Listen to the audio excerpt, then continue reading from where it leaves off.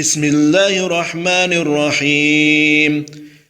Li'ilafi, karena kebiasaan Quraisyin, orang-orang Quraisy. Ilafihim, kebiasaan mereka. Rihlata, bepergian. Asyita'i, musim dingin. Wassaifi, dan musim panas. Falya'budu, maka hendaklah mereka menyembah Rabbi hadal baiti, rumah ini. Alladhi, yang ad'amahum, dia memberi makan mereka, min ju'in, daripada kelaparan. Wa amanahum, dan dia mengamankan mereka, min khaufin, daripada ketakutan. Assalamualaikum warahmatullahi wabarakatuh. Alhamdulillah alladzi anzalal Qur'an hudalin nas wa bayyinatin minal huda wal furqan. Asyhadu an la ilaha illallah wa asyhadu anna Muhammadan abduhu wa rasuluh. Amma ba'du. Teman-teman semuanya yang saya cintai karena Allah, hari ini kita akan menyampaikan keterangan pendek surat Quraisy. Surat Quraisy adalah surat ke-106 dalam Al-Quran. Surat ini terdiri dari 4 ayat dan merupakan surat Makkiyah. Ia adalah surat ke-29 yang turun kepada Rasulullah SAW, yakni setelah surat At-Tin dan sebelum surat Al-Qari'ah. Dinamakan surat Quraisy diambil dari ayat pertama dari surat ini. Quraisy adalah suku terkuat, terpandang, dan paling berpengaruh di Mekah. Teman-teman semuanya yang saya cintai karena Allah, kita sampaikan asbabun nuzul. Sebagian mufassir menjelaskan surat Quraisy diturunkan Allah untuk mengingatkan orang-orang Quraisy akan nikmat-nikmat Allah. Salah satunya adalah nikmat keamanan yang pada surat Al-Fil diterangkan kebinasaan pasukan bergajah yang hendak menyerbu Mekah untuk menghancurkan Ka'bah. Dengan rasa aman itu, orang-orang Quraisy bisa menjalankan kebiasaan mereka berupa bepergian pada musim dingin dan musim panas. Surat ini juga mengingatkan nikmat Allah lainnya berupa makanan. Dengan demikian, banyak nikmat itu semestinya orang-orang Quraisy menyembah Allah tanpa menyekutukannya dengan sesuatu apapun. Ketika menjelaskan asbabun nuzul surat Quraisy, Syekh Wahbah Az-Zuhaili dalam tafsir Al-Munir mengetengahkan hadis yang juga dikutip Ibnu Katsir dalam tafsirnya dari Ummu Hani binti Abu Thalib, bahwa Rasulullah SAW bersabda, yang artinya Allah telah memuliakan kaum Quraisy dengan 7 hal. Aku dari kalangan mereka, kenabian ada pada mereka, hijabah dan sikoyah ada pada mereka, Allah menolong mereka dari pasukan gajah. Mereka menyembah Allah selama 10 tahun saat tidak ada kaum selain mereka yang menyembahnya, dan Allah menurunkan satu surat di dalam Al-Quran yang berbicara mengenai mereka. Lalu Rasulullah SAW membaca surat Quraisy. Teman-teman semuanya yang saya cintai karena Allah, kita sampaikan ayat-ayat dari surat Quraisy dan keterangannya. Ayat yang pertama, Bismillahirrahmanirrahim, li'ila fi Quraisy, karena kebiasaan orang-orang Quraisy. Ibnu Jarir mengatakan huruf lam di awal ayat ini menunjukkan makna ta'ajub, seakan-akan disebutkan, kagumlah kamu terhadap kebiasaan orang-orang Quraisy dan nikmatku yang telah kulimpahkan kepada mereka. Ibnu Katsir menjelaskan Ilaf artinya adalah kebiasaan atau tradisi. Disebut suku Quraisy diambilkan dari nama tokohnya Quraisy. Quraisy adalah gelar dari An-Nadr bin Kinanah yang merupakan kakek Rasulullah sallallahu alaihi wasallam yang ke-13, yaitu Rasulullah Muhammad bin Abdullah bin Abdul Muthalib bin Hasim bin Abdi Manaf bin Kilab bin Murrah bin Ka'ab bin Lu'ay bin Ghalib bin Fihr bin Malik bin Nadr bin Kinanah. Ada juga yang mengatakan bahwa Quraisy adalah Fihr. Manapun yang benar, hampir semua penduduk asli Mekah adalah keturunan Quraisy. Kata Quraisy berasal dari kata at-taqarusi yang artinya keterhimpunan.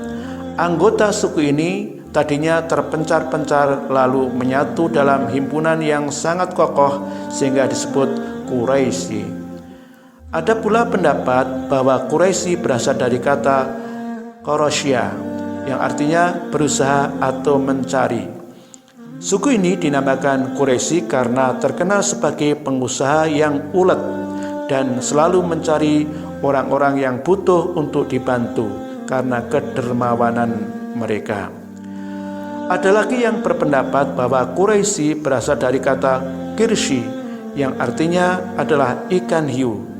Ikan ini sangat kuat melebihi ikan-ikan lain, bahkan bisa menjungkir balikkan perahu. Dinamakan Quraisy untuk menggambarkan kuatnya suku ini laksana ikan hiu. Teman-teman semuanya yang saya cintai karena Allah, kemudian ayat yang kedua, ila fihim rihlata syita iwas saif, yaitu kebiasaan mereka bepergian pada musim dingin dan musim panas. Kata rihlah berasal dari kata rahala yang artinya pergi ke tempat yang relatif jauh. Rihlah pada ayat ini adalah perjalanan dagang orang-orang Quraisy yang dilakukan 2 kali setahun, yakni pada musim dingin dan musim panas. Perjalanan ini dipelopori oleh kakek Rasulullah sallallahu alaihi wasallam, yaitu Hasim bin Abdi Manaf. Sebelumnya di Mekah ada istilah al-iktifar. Al-iktifar yakni apabila penduduk Mekah mengalami kesulitan pangan, paceklik, pemimpin keluarga membawa mereka ke satu tempat lalu membangun tenda di sana untuk tinggal hingga mati kelaparan. Suatu hari keluarga Bani Mahzum ada yang mau melakukan al-iktifar. Lalu didengar oleh Hasim, kakek Rasulullah SAW, maka beliau menyampaikan kepada suku Quraisy dan meminta mereka saling membantu. Dari situ mereka bersepakat untuk melakukan perjalanan dagang yang keuntungannya dibagi rata. Apa yang diperoleh si kaya diperoleh pula dalam kadar yang sama oleh si miskin. Agaknya kebiasaan inilah yang dipuji oleh Allah dalam surat ini. Kemudian teman-teman semuanya, ayat yang ketiga, falyabudu rabb hadzal bait, maka hendaklah mereka menyembah Tuhan pemilik rumah ini, maksudnya pemilik Ka'bah ini, yakni hendaklah mereka mengisahkannya dalam menyembahnya. Dialah yang telah menjadikan bagi mereka kota yang suci, lagi aman, serta Ka'bah yang disucikan.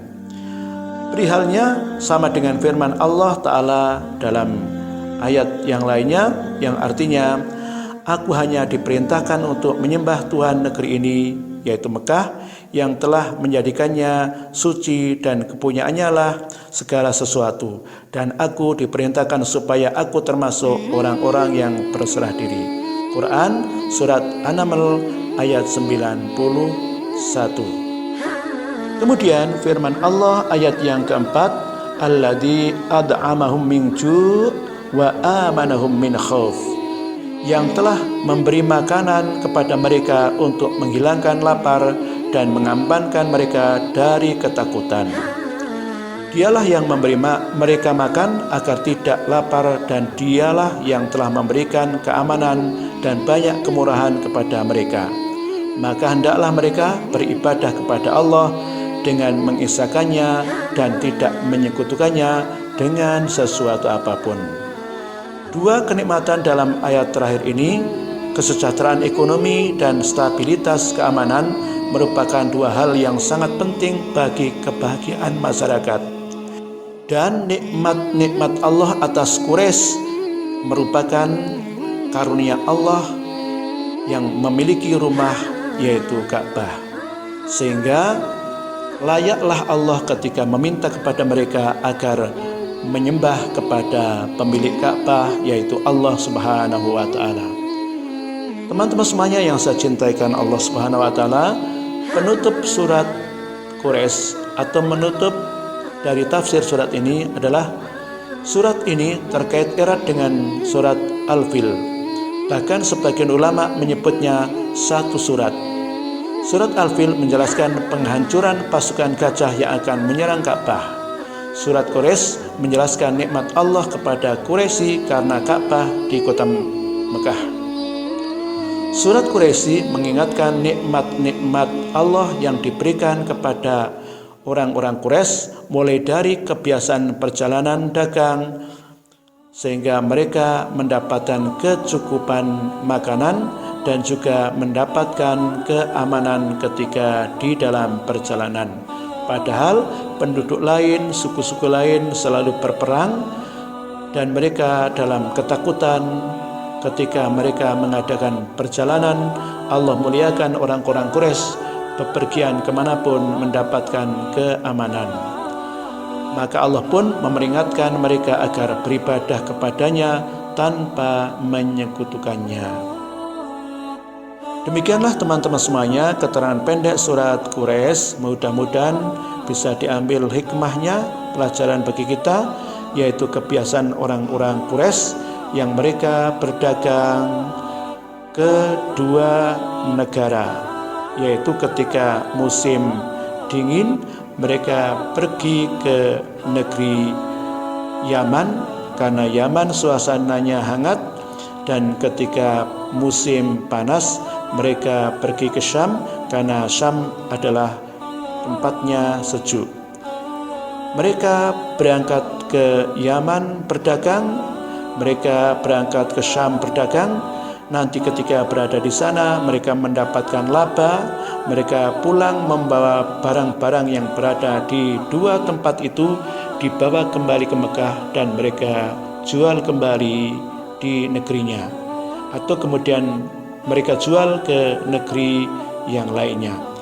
Artinya bisa kita mengetahui kebiasaan orang Quraisy dalam berdagang, berangkatnya mereka laba, pulangnya mereka laba. Itulah bisnis yang dimiliki oleh orang-orang Quraisy yang layak menjadi renungan kita bersama, bahkan menjadi pelajaran kita bersama. Mudah-mudahan ada hikmahnya. Saya akhiri. Wassalamualaikum warahmatullahi wabarakatuh.